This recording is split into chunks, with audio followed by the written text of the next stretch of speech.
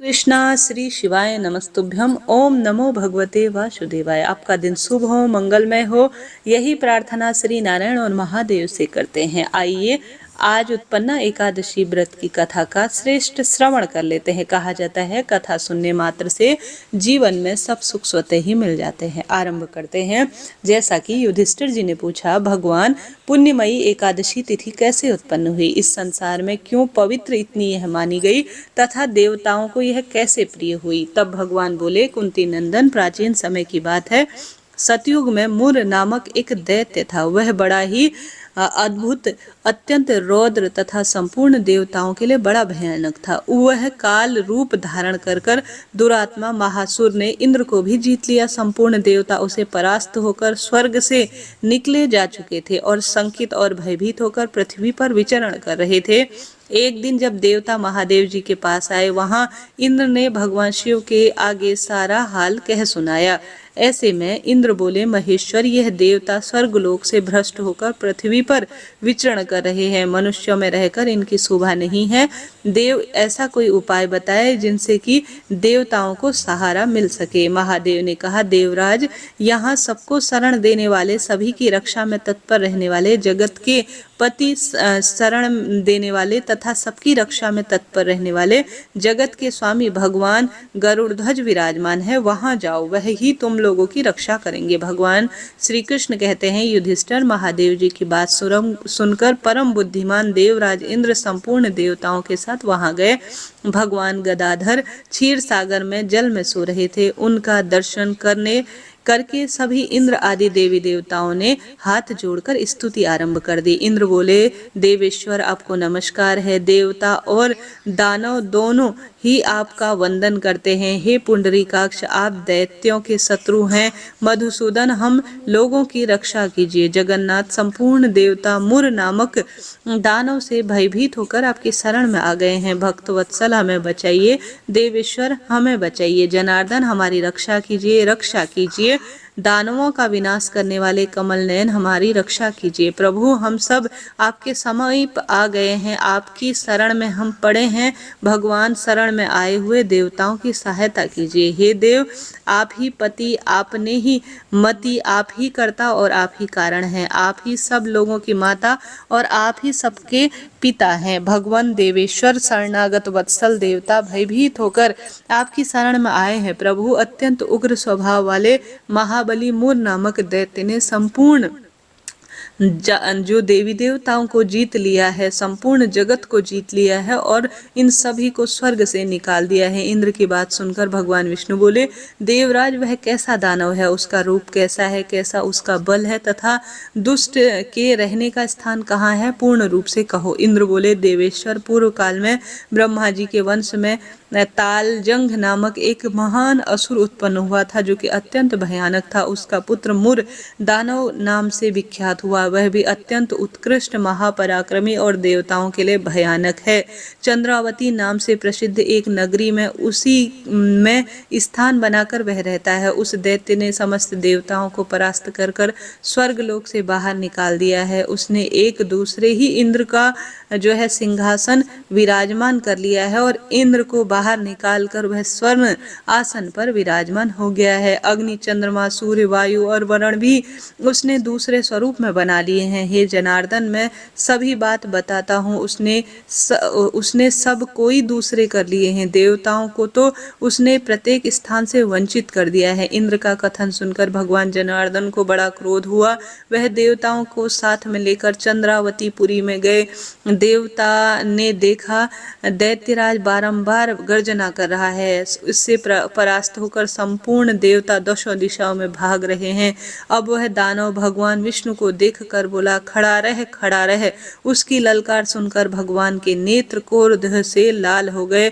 क्रोध से लाल वे बोले, अरे दुराचारी दानव, मेरी इन भुजाओं को देख। यह कहकर श्री विष्णु ने अपने दिव्य बाणों से सामने आए हुए दुष्ट दानव को मारना आरंभ कर दिया। दानव भय से बहुत व्याकुल हो उठे। पांडुनंदन, तत्पश्चात श्री विष्णु ने दैत्य सेना पर चक्र का प्रहार किया। उससे छिन्न भिन्न होकर सैकड़ों योद्धा मौत के मुख में पूर्ण रूप से विलीन हो गए। इसके बाद भगवान मधुसूदन बद्रिकाश्रम को चले गए। वहां सिंघावतों नामक एक गुफा थी जो कि 12 योजन लंबी थी। हे पांडुनंदन, उस गुफा में एक ही दरवाजा था। भगवान विष्णु उसमें थोड़ी देर आराम करने के लिए सो रहे थे। दानव मूर भगवान को मार डालने के उद्देश्य में लगा हुआ था। वह उनके पीछे पीछे वहां भी आ पहुंचा। वहां पहुंचकर उसने उस गुफा में प्रवेश किया जहां वह भगवान को सोता हुआ देखकर बड़ा प्रसन्न हुआ। उसने सोचा, यह दानवों को भय देने वाला देवता है, अतः निसंदेह मैं इसको मार डालूंगा। युधिष्ठिर दानव की इस प्रकार विवेचना करते ही भगवान विष्णु के शरीर से एक कन्या प्रकट हुई जो कि बड़ी ही रूपवती, सौभाग्यशाली और दिव्य अस्त्र शस्त्रों के साथ युक्त थी। वह भगवान के तेज के अंश से उत्पन्न हुई थी। उसका बल और पराक्रम महान था। युधिष्ठिर दानवराज मूर ने उस कन्या को देखा। कन्या ने युद्ध का विचार कर दानवों के साथ युद्ध के लिए याचना की। युद्ध छिड़ गया। कन्या सब प्रकार से युद्ध कला में निपुण थी। वह मूर नामक महान असुर उसके हुंकार मात्र से राख का ढेर हो गए। दानव के मारे जाने पर भगवान जाग उठे। उन्होंने दानव को धरती पर पड़ा हुआ देखा। पूछा, यह मेरा शत्रु अत्यंत भयानक था और खूब सारा तेज इसमें था, इसका वध किसने किया? कन्या बोली, स्वामिन, मैंने आपके प्रसाद से इस दैत्य का वध कर दिया है। तब भगवान बोले, कल्याणी, तुम्हारे इस कर्म से तुम तीनों लोक में सुंदर रूप में मुनि और देवताओं को आनंदित करने वाली हो। अतः तुम्हारे मन में जैसी रुचि हो उसके अनुसार मुझसे वर मांगो। देव दुर्लभ होने पर भी मैं वह वर तुम्हें दूंगा, इसमें तनिक भी संदेह नहीं है। वह कन्या साक्षात एकादशी थी। उसने कहा, प्रभु, यदि आप प्रसन्न हैं तो आपकी कृपा से सब तीर्थों में मैं प्रधान, समस्त विप्रों का नाश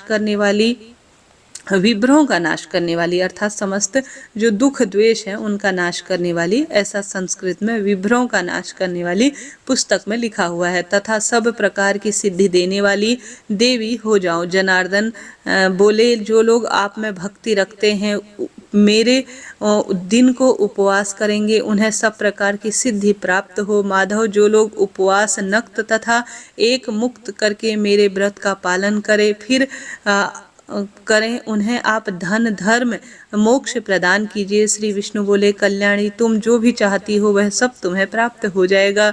भगवान श्री कृष्ण कहते हैं, युधिष्ठिर, ऐसा वर मांगकर महाव्रता एकादशी बहुत प्रसन्न हुई। दोनों पक्षों की एकादशी समान रूप से कल्याण करने वाली है। इसमें शुक्ल पक्ष और कृष्ण पक्ष का भेद नहीं करना चाहिए। यदि उदय काल में थोड़ी सी एकादशी, मध्यम में पूरी द्वादशी और अंत में किंचित त्रयोदशी हो तो वह त्रिस्पर्शा एकादशी कहलाती है। यह भगवान को बहुत प्रिय है। यदि एक त्रिस्पर्शा एकादशी को उपवास कर लिया जाए तो सहस्त्र एकादशियों का फल प्राप्त हो जाता है, तथा इस प्रकार द्वादशी में पारण करने पर सहस्त्र गुना फल माना गया है। अष्टमी, एकादशी, षष्ठी, तृतीया और चतुर्दशी ये यदि पूर्व तिथि से युक्त हो तो उनमें भी व्रत नहीं करना चाहिए। परिवर्तनी तिथि से युक्त होने पर ही इसमें उपवास का विधान है। पहले दिन एकादशी में और रात में भी एकादशी हो तो दूसरे दिन केवल प्रातःकाल एक दंड एकादशी रहे तो पहली तिथि का परित्याग कर दूसरे दिन की एकादशी युक्त एकादशी को उपवास करना शुभ रहता है। यह विधि मैंने दोनों पक्षों की एकादशी के लिए बतलाई है। जो मनुष्य एकादशी को उपवास करता है वह वैकुंठ धाम, जहाँ साक्षात भगवान गरुड़ ध्वज विराजमान है, को जाता है। जो मानव हर समय एकादशी के महत्व का पाठ करता है उसे सहस्त्र गोदान के बराबर फल प्राप्त होता है। जो दिन या रात में भक्ति पूर्वक इस महत्व का श्रवण करता है वह निसंदेह ब्रह्म हत्या आदि पापों से भी मुक्त हो जाता है। एकादशी के समान पाप नाशक कोई दूसरा व्रत नहीं है। बोलिए श्री कृष्ण भगवान की जय। प्रिय श्रोताजनों, कितना आनंद आया ना। आज एकादशी 15 नवंबर 2025 सुबह 12:50 से शुरू होगी और एकादशी तिथि समापन 16 नवंबर 2025 सुबह 2:37 के आसपास है। आप सब जानते होंगे द्वादशी मिश्रित एकादशी शुभ होती है, तो 15 तारीख को आप सभी को इस बार एकादशी जो है शास्त्रों में यही वर्णित है, यही दिया हुआ है पंचांग में। तो आप 15 तारीख दिन शनिवार को एकादशी व्रत धारण कीजिएगा। उत्पन्ना एकादशी का व्रत पारण का समय रहेगा 16 नवंबर रविवार सुबह 9:12 से 10:30 के आसपास। तो आप इस शुभ समय में ही आज 15 नवंबर को व्रत धारण कीजिएगा। साथ के साथ आप जानते होंगे राहु काल का अशुभ समय 15 नवंबर को 9:28 से 10:49 के आसपास है। राहु काल को छोड़कर पूरा दिन सर्वश्रेष्ठ और शुभ है। पूरे दिन भर में किसी नए कार्य की शुरुआत करना चाहते हैं तो अभिजीत मुहूर्त का चुनाव करें। 11:49 से 12:33 तक सबसे श्रेष्ठ समय है। तो आप सभी एकादशी व्रत 15 नवंबर 2025 दिन शनिवार के दिन कीजिएगा, यही शुभ और श्रेष्ठ रहेगा। और 16 नवंबर को व्रत का पारणा किया जाएगा। हरिवासर रहेगा 9:12 तक, उसके बाद ही व्रत करना शुभ और श्रेष्ठ रहेगा। आशा है, उम्मीद है आप इस तरह से एकादशी व्रत करेंगे तो आपका जीवन सार्थक और शुभ हो जाएगा। अब आइए एकादशी व्रत की आरती भी सुन लेते हैं। इस आरती में सभी कथाओं जो एकादशियां आती हैं उनका वर्णन है, तो सुंदर रूप में इसका फल मिलता ही है। आरंभ करते हैं आरती करना। आप यहाँ तक कथा को सुन पा रहे हैं तो राधे राधे लिख दीजिए। और आप सभी मेरे चैनल से जुड़ें, सब्सक्राइब करें। बहुत मेहनत लगती है जी सारी चीज़ों को एक साथ लेकर चलना और वीडियोज़ बनाना, तो आप सभी चैनल को सब्सक्राइब जरूर करें। एकादशी माता की आरती शुरू करते हैं। ओम जय एकादशी माता, मैया जय एकादशी माता। विष्णु पूजा व्रत को धारण कर शक्ति मुक्ति पाता। ओम जय एकादशी माता, तेरे नाम गिनाऊं देवी भक्ति प्रदान करनी। मैया भक्ति प्रदान करनी, गण गौरव की देनी माता, शास्त्रों में वरनी। ओम जय एकादशी माता, मार्गशीर्ष के कृष्ण पक्ष की उत्पन्ना एकादशी है जो विश्व तारिणी जन्मी। मैया विश्व तारिणी जन्मी, शुक्ल पक्ष में हुई मोक्षदा मुक्तिदाता बन आई। ओम जय एकादशी माता, पौष के कृष्ण पक्ष की सफला नामक है। मैया सफला नामक है, शुक्ल पक्ष में होय पुत्र दा आनंद अधिक रहे। जय एकादशी माता, नाम 60 तिला माघ मास कृष्ण पक्ष आवे। मैया कृष्ण पक्ष आवे, शुक्ल पक्ष में जया कहावे, विजय सदा पावे। ओम जय एकादशी माता, विजया फाल्गुन कृष्ण पक्ष में शुक्ला आम्ल की है।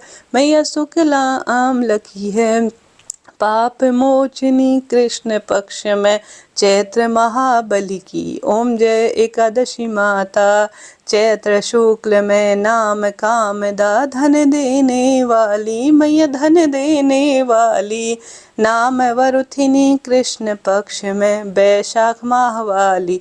जय एकादशी माता, शुक्ल पक्ष में होय मोहिनी अपरा ज्येष्ठ कृष्ण पक्षी। मैया ज्येष्ठ कृष्ण पक्षी, नाम निर्जला सब सुख करनी, शुक्ल पक्ष रखी। ओम जय एकादशी माता, योगिनी नाम आषाढ़ में जानो, कृष्ण पक्ष करनी। मैया कृष्ण पक्ष करनी, देव शयनी नाम कहा यो, शुक्ल पक्ष धरनी। ओम जय एकादशी माता, कामिका श्रावण मास में आवे, कृष्ण पक्ष कहिए। मैया कृष्ण पक्ष कहिए, श्रावण शुक्ला होय पवित्र, आनंद से रहिए। ओम जय एकादशी माता, अजा भाद्रपद कृष्ण पक्ष की परिवर्तिनी शुक्ला। या परिवर्तिनी शुक्ला, आंध्रा इंद्रा अश्विनी कृष्ण पक्ष में व्रत से भव सागर निकला। ओम जय एकादशी माता, पाम्पा कुंशा शुक्ल पक्ष में आप हरनिहारी।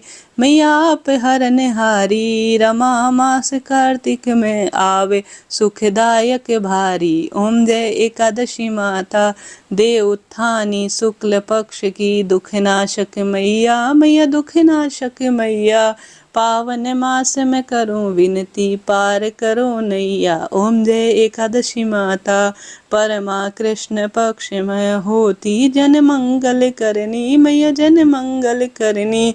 शुक्ल मास में हो ये पद्मिनी, दुख दारिद्र हरनी। ओम जय एकादशी माता, जो कोई आरती एकादशी की भक्ति सहित गावे मैया भक्ति सहित गावे। जन गुर दीता स्वर्ग का वासा, निश्चय वह पावे।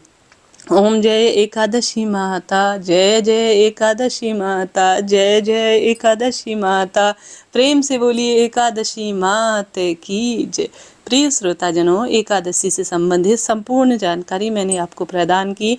जरा सा भी वीडियो उपयोगी रहते हैं तो एकादशी माता की जय कमेंट्स में लिख दीजिए।